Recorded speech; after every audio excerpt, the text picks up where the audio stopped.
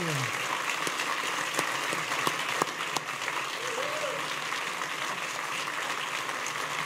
Well, thank you very much, please.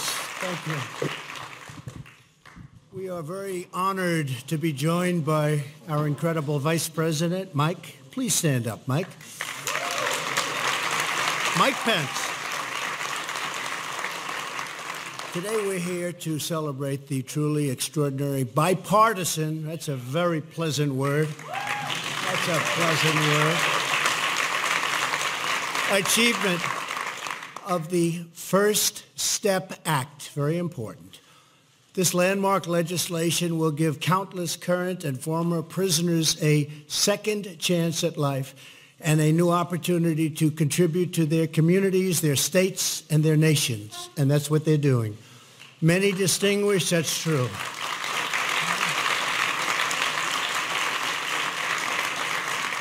Many distinguished guests are here with us for today's really, this is a ceremony that's something that's very special, and I want to just recognize a few of them. Attorney General William Barr, thank you.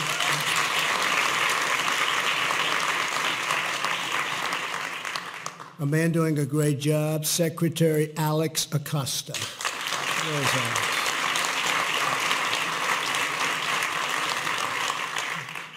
Ben Carson, Ben, HUD. Setting records over at HUD. Really good, Ben. I'm proud of you. Secretary Rick Perry, former governor of Texas. And I have to say, Rick really pioneered what we're here for today. He was an early advocate and has done a great job in a lot of ways, but as governor of Texas also, an early pioneer of what we're doing today. Thank you, Rick. And a very special thanks also to members of Congress. We have with us Senators Chuck Grassley. Where is our Chuck? Chuck. Thank you, Chuck. And I'm glad I found him. I'd be in trouble if I didn't find him. Bill Cassidy. Bill. Thank you, Bill. Senator Cassidy. Mike Lee. Mike. Thank you, Mike. Thank you. Senator Rob Portman. Thank you, Rob. Cindy Hyde-Smith. Ran a great race. Good job. Congratulations, Cindy. Great job. And a friend of mine, Roger Wicker, Senator. Thank you. And a lot of congressmen and women are here, but just introduce a few of them. Congressman Doug Collins. Thank you, Doug. Josh Gottheimer. Thank you, Josh. And Tom Reed. No labels. A lot of governors are here, and some we're going to leave out because I don't like them. But that's okay. I'll get to like him. Kentucky Governor, man, I do like him. Matt Bevin.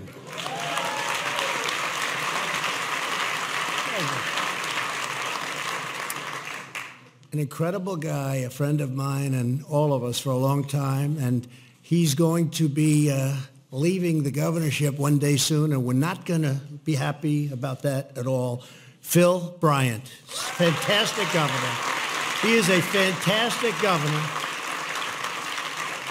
and he built the African American Museum, and it's one of the best jobs I've seen in a long time. A lot of money, but under budget and ahead of schedule, right, Phil? And he was proud of that. You don't see that often in government. North Dakota Governor Doug Burgum.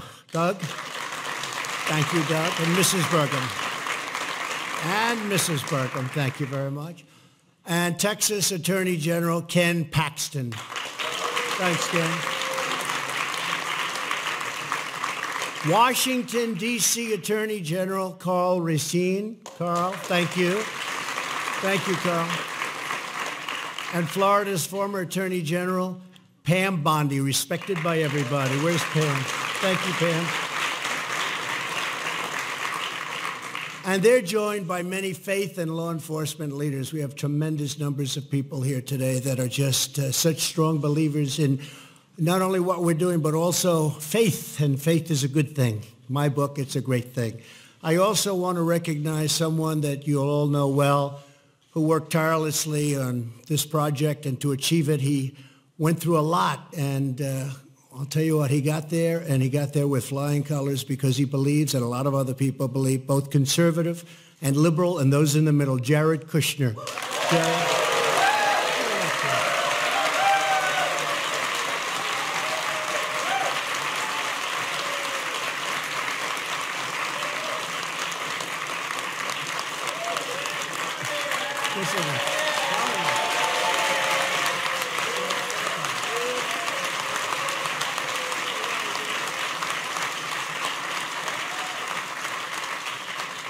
And he did not want me to do that because I saw this beautiful line, and he didn't want it, but other people did. They insisted that I do it, and it was real easy. But, you know, Jared had a very easy life.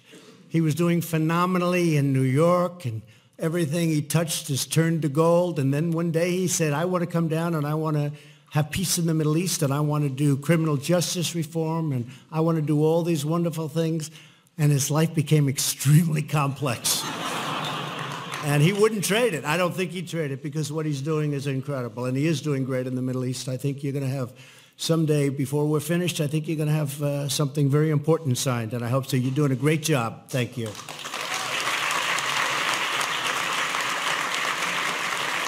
So many people said, in fact, I guess we could say, almost all people said, that criminal justice reform would never pass.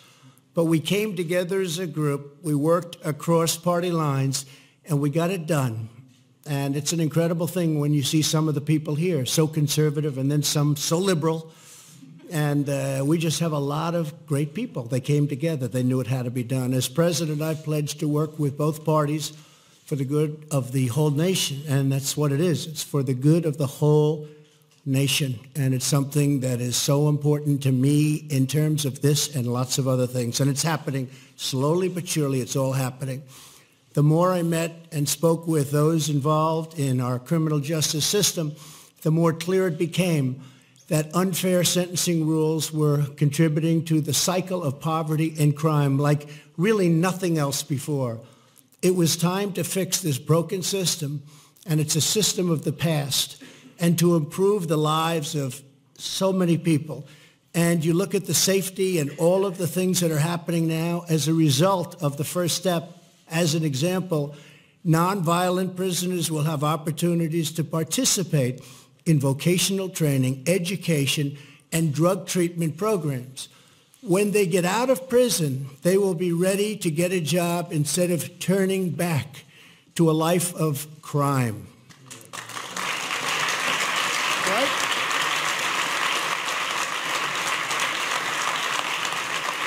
And I'm thrilled to report that since I signed the First Step Act, more than 16,000 inmates have already enrolled in drug treatment programs.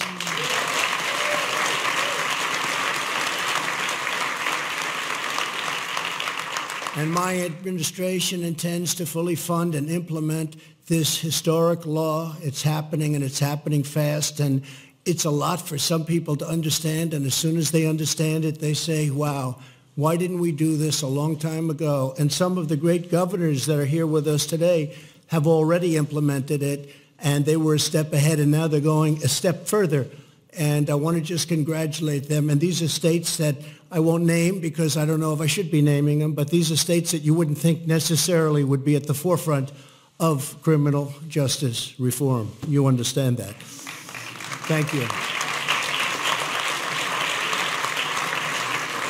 The First Step Act serves as a model for criminal justice reform as the state level and all over the state level, all over every aspect of what we do, and throughout many states that are following our lead and already moving similar legislation forward. Many of them are, including Arizona, Florida, Illinois, Missouri, and Mississippi. The First Step Act also ensures that those in prison are placed closer to their families and home communities so they can have that communication that they need, greatly easing their return to society. It's really important.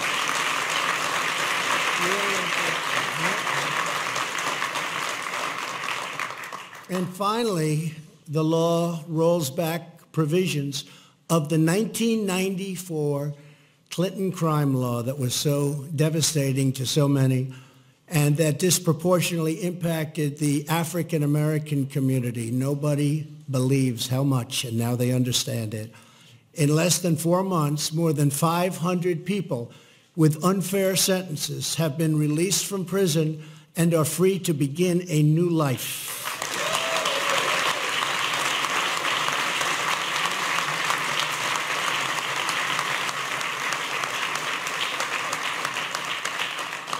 One of these newly freed Americans is Troy Powell, who is with us today. In 2004, Troy was sentenced to 20 years for doing a drug offense. During his 15 years in prison, he took courses and worked as an electrician, and he got really good at being an electrician, really good. In fact, if you ever lose your job, come see me. I need electricians. We could use them right here in the White House, Troy. You want to know that? In February, Troy was released under the First Step Act. 9 days later, he was hired at Boone Lumber Company in Lenoir, North Carolina. And now Troy is saving, and really saving, a lot of money because he's doing well. You know, our economy is helping a little bit, Troy, I'll tell you. But he's saving money to buy a home, and he's got one in mind, one particular home in mind. He'll get it. I have no doubt about it. So, Troy, congratulations. Thank you very much. Thank you very much. Thank you, man. You want to say a couple of words? Yeah, sure. He didn't know about it.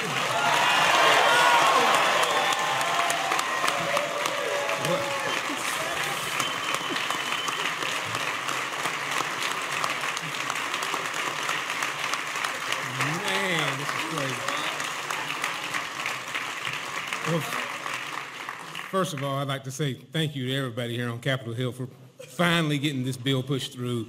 I mean, I know there was a lot of work involved in it, and I would like to say thank you to the organizations that got me here, like Cut 50 and Amy Can Do. Them people, I mean, they've done so much for me. It's unbelievable how much they've done for me. I never thought this bill would pass, and coming home and finding places like Boone Lumber Company that took a chance on me right out the door. I mean, no problem. Come on to work. You know, I can't thank everybody enough for that. But more than just thanking everybody for these things, there's more that can be done. I left so many people behind in prison doing 40 and 50 years for nothing. I mean, absolutely nothing. I mean, should I have went to prison? Absolutely. I committed a crime. But for 20 years, for the small things that I done, I should have definitely went to prison. And I don't know what to say. I think there should be a second step. That's what I say. I think there should be a second step.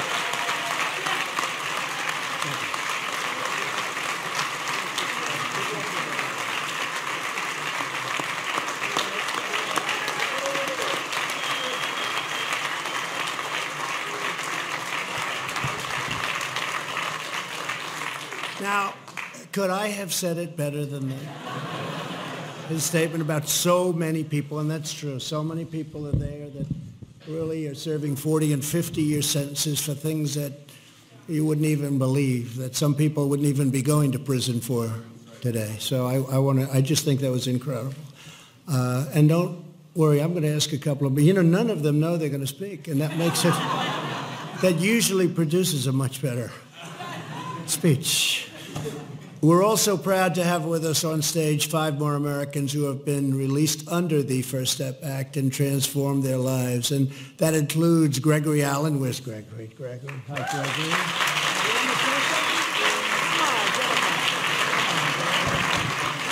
Gregory. Mine is real short. 2 months ago, I was in a prison cell, and I'm in the White House. Let's continue to make America great again.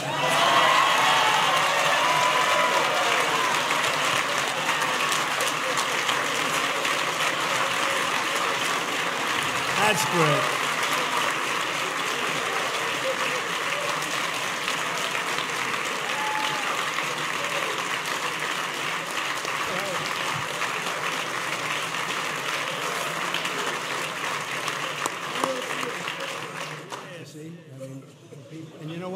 people of our country feel the same way as they do. They feel it.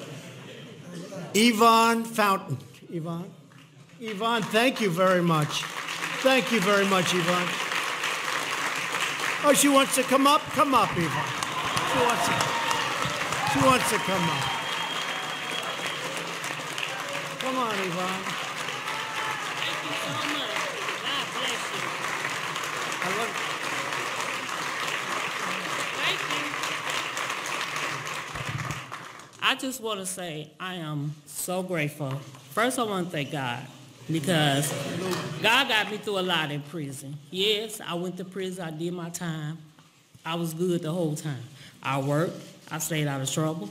I programmed. I did what I need to do.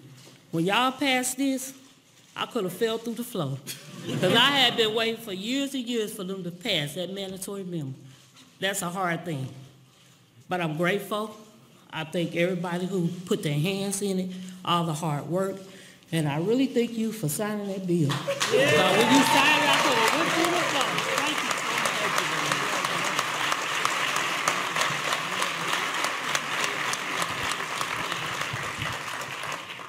much. April Johnson. April, come up. Come on. I just want to thank you for signing the bill. I got it on compassionate release for my daughter, and because of that, I'll be able to spend what time she has left with her.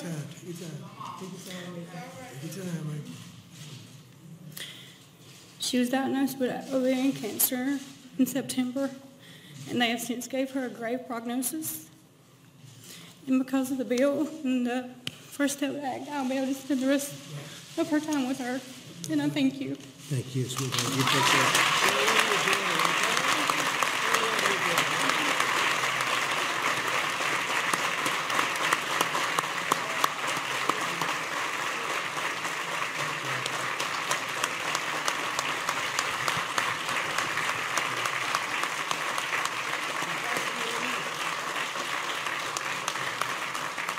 Thank you very much. Beautiful. Catherine Toney. Catherine, I thought that was you, Catherine. Come. Good evening, everyone. First of all, I would like to thank God. Then I would like to thank the President for signing the bill. I also would like to thank Jared. I'd like to thank Van Jones, Jessica Jackson, Cut 50, Amy Pova. I would also like to thank Harry Jackson, Bishop Harry Jackson. He's been great through my release. I would like to thank Jared for calling corporate of Walmart, getting me my first job in 16 years.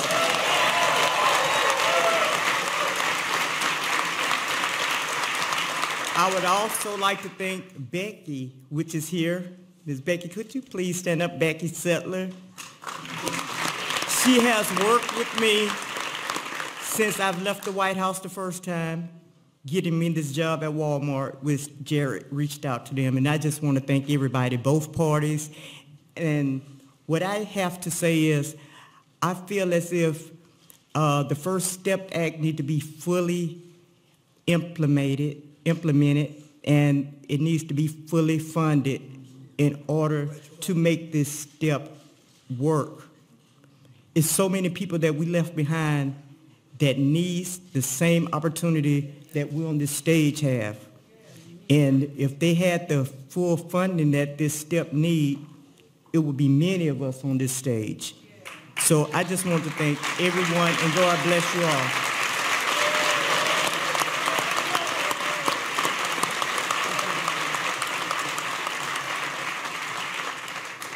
And a man who's actually become much more famous than me or anybody else in the room. His story is an incredible story, and it's been inspiring. And I'd just like to introduce quickly Matthew Charles. Matthew. Come here. Thank you. I'm truly humbled. Nobody can be more famous than you. I'm truly humbled. I'm grateful. I'm thankful. Jared, the President, thank that you were I'm truly humbled. I'm grateful. I'm thankful. Jared, the president, thank that you were this bill passed and signed when it stalled in the Senate, and you informed Mr. McConnell you wanted to actually do this before that Senate and Congress went out. I always remember that. So I'm just humbled, thankful. In all, I'm still pleasantly overwhelmed, and it's an experience that I never forget. Thank you.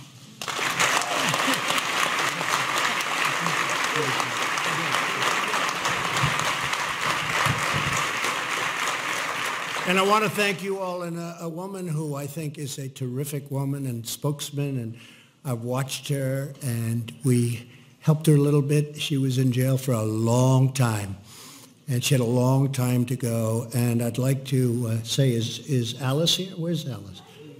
Come up here, Alice. Alice Johnson. Alice Johnson, come.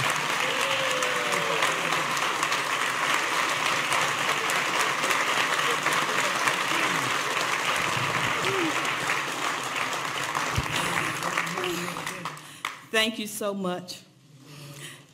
First of all, everyone knows me. I have to thank my Lord and Savior, Jesus Christ, first. And I want to thank our incredible president, President Donald John Trump. I just told him I finally get a chance to hug you and properly say thank you for believing in me.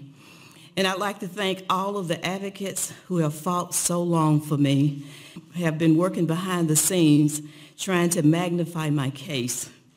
I thank everyone in this room for your prayers. And I also want to thank the media for being so kind to me, because you have really helped magnify my story. Are you serious?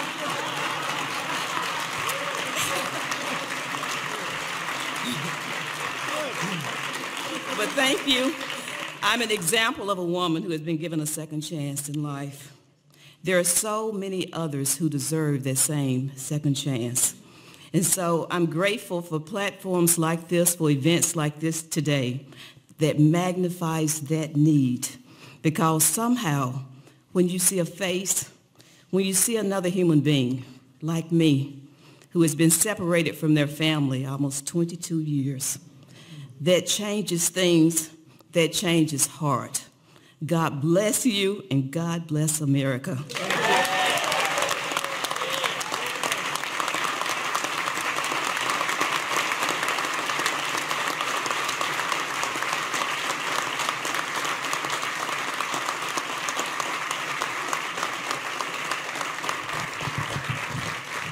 Thank you, Alice. You know, when you said, Alice said, I want to also thank the media, I sort of bent over and said, are you sure? She said, and I do too. I think it's fantastic. That's great.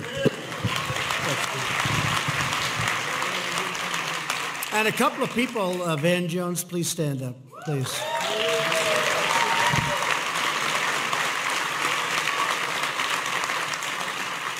He goes after me on occasion. But you know what? He came together with this one. We all agree this is very, very strong. There's a great bonding, and we appreciate it. You worked very hard on it, along with Ivanka. Please stand up. Ivanka.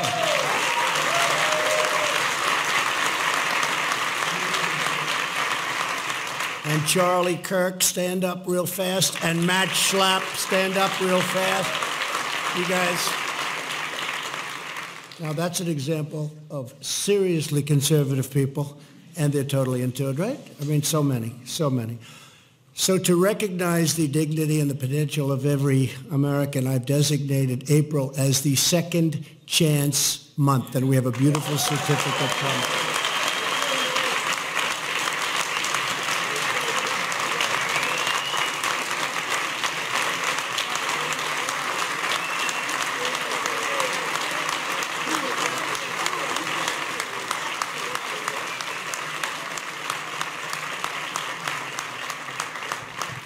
As a result of our incredible economic turnaround, we had a big stock market day today, so that makes it even better, but a big day. There's never been a better time for those who need a second chance and they get a fresh start. It's so incredible to see people coming out of prison. They've done, historically, as you know, very, very poorly, oftentimes having to go back because they come out, they can't get a job. Nobody wants to hire them because they were in prison. And because the economy is so strong, they're getting an incredible start, as we say. And it's also maybe even more incredible to see what the people that are doing the hiring are saying. They are in love with what's happening. They're hiring people that are great, and they're letting everyone know it. Everyone know it. So the good economy is really giving them a chance and a second chance, and in some cases really a third chance, and they're working out. I can't say everybody, but the word is that it's been terrific. It's been just terrific. Employers all over the country are helping out, and Walmart has been a big factor. Ivanka, I know that was through you, and other of the major companies, but also smaller companies, and the results are incredible. They're just really good, and we're very, very happy about that. So congratulations to everybody in the room. Since my election, we've created more than 5.3 million jobs. Unemployment has reached the lowest rate in more than 50 years. Last year, a record 73% of new jobs went to everybody in the room. Since my election, we've created more than 5.3 million jobs. Unemployment has reached the lowest rate in more than 50 years. Last year, a record 73% of new jobs went to people who were out of the labor force, totally out, and now they're coming off the sidelines and going back to work.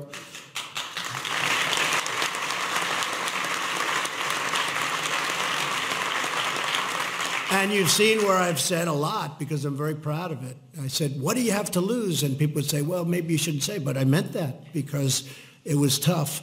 African American unemployment is the lowest level in the history of our country right now.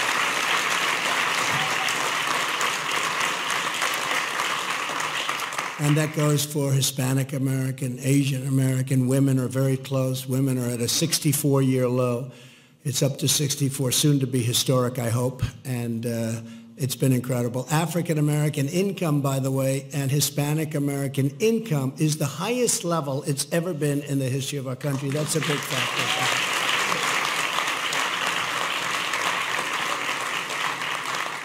But to take advantage of everything, those with criminal records still face many barriers toward gainful employment.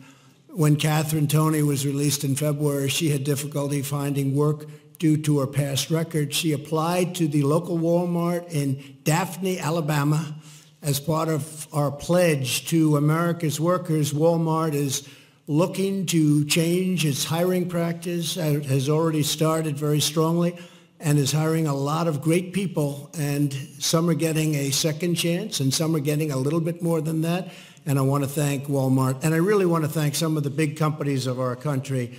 They're doing an incredible job. What they're doing is, I think even if you go back, Van, 5 years, 10 years, you go back just a short while ago, nobody would believe what's happening with respect to exactly what we're talking about today. Very few people would believe it. So we're very, very proud. They interviewed Catherine. They were really impressed by her resolve, her ability to speak so beautifully. She'll probably end up running for office. And 2 weeks ago, she began her first day in the job, and I have no doubt she's going to be very successful, and she'll do a terrific job. So, Catherine, we can't wait to see you and all that you achieve over what will be a long, long life, and we appreciate it very much. We appreciate it very much.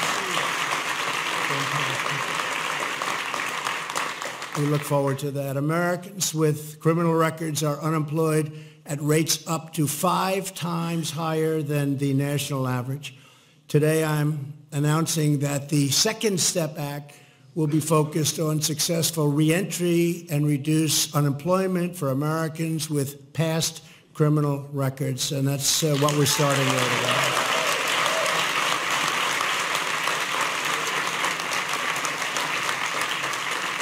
And I'm very proud to say that we're leading the way, but a lot of states are now following us. They're liking it. They're following us. And believe it or not, it's great for our people. It's great for the people that it so deeply affects. But, you know, it's also great for the economy. it's hard to believe, we save a tremendous amount of money because people are coming out with these 40 and 50-year sentences for what you would consider to be everything serious, but not that serious. And they're getting out and they're working instead of being in prison. And we're saving hundreds and hundreds of millions of dollars and doing good at the same time. So that's sort of a rare occurrence.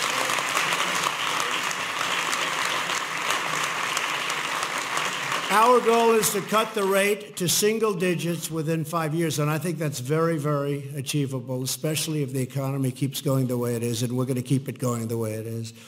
When we say hire American, we mean all Americans, including former inmates who have paid their debt to society, and they've paid it, in many cases, more than many of the people that we think of in our society. They have really paid their debt. Our bond with our fellow citizens is what stitches us together as one united nation, sharing one common destiny. We will achieve our goal by encouraging employers to adopt second chance hiring practices. That's a movement that's very, very in vogue, but when I say in vogue, it's something that's happening, and it's happening all over. And again, we're going to lead that way, but we are really being studied by a lot of great governors in a lot of states, and some are even with us. I don't want to let them get too far ahead of us because I would hate to have that down. We came in second. That's no good. But they really are. They're doing a fantastic job at the state level. We're also making it easier to work by removing obstacles to securing housing and driver's licenses and occupational licenses, and we're promoting mentorship through proven programs such as prison fellowship, something that people really find very important and very good.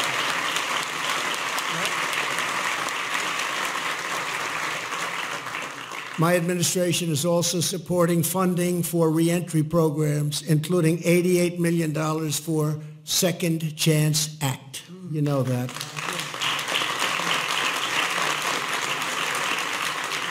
And an estimated $28 million for the Pell Grants pilot program. Great, great program.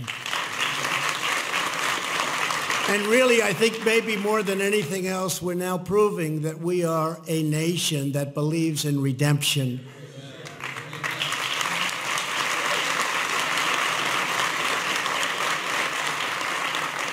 And to remind us what is possible, we're joined by a couple of people. First of all, is Pastor Scott here? Darrell Scott. Where's Pastor? Is he here someplace? He's worked so hard. I wanted to point him out. Darrell, thank you very much. Thank you, Darrell. Darrell Scott, thank you. Worked so hard.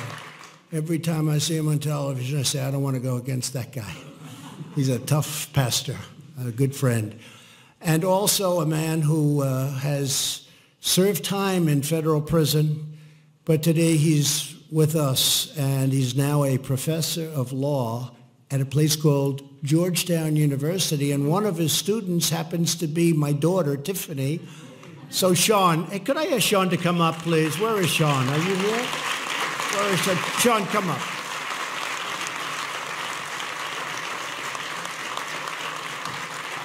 Is my daughter okay as a student? She is. She better be.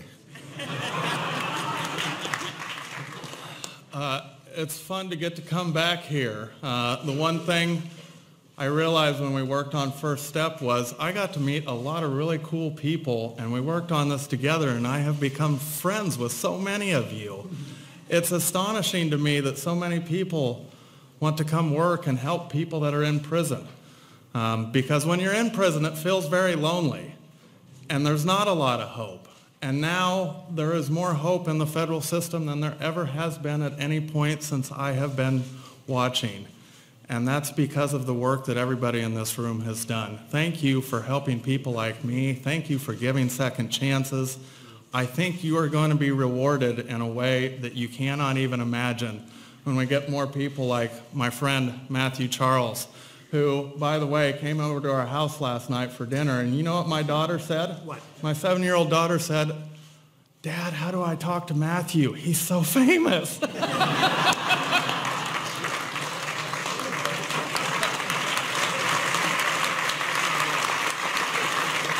So So thank you, Mr. President, for your leadership on this. You have gotten things done that has taken decades of work from a lot of people in this room, and to see the fruits of your labor, it's just amazing to watch. Thank you, sir. Keep up the good work.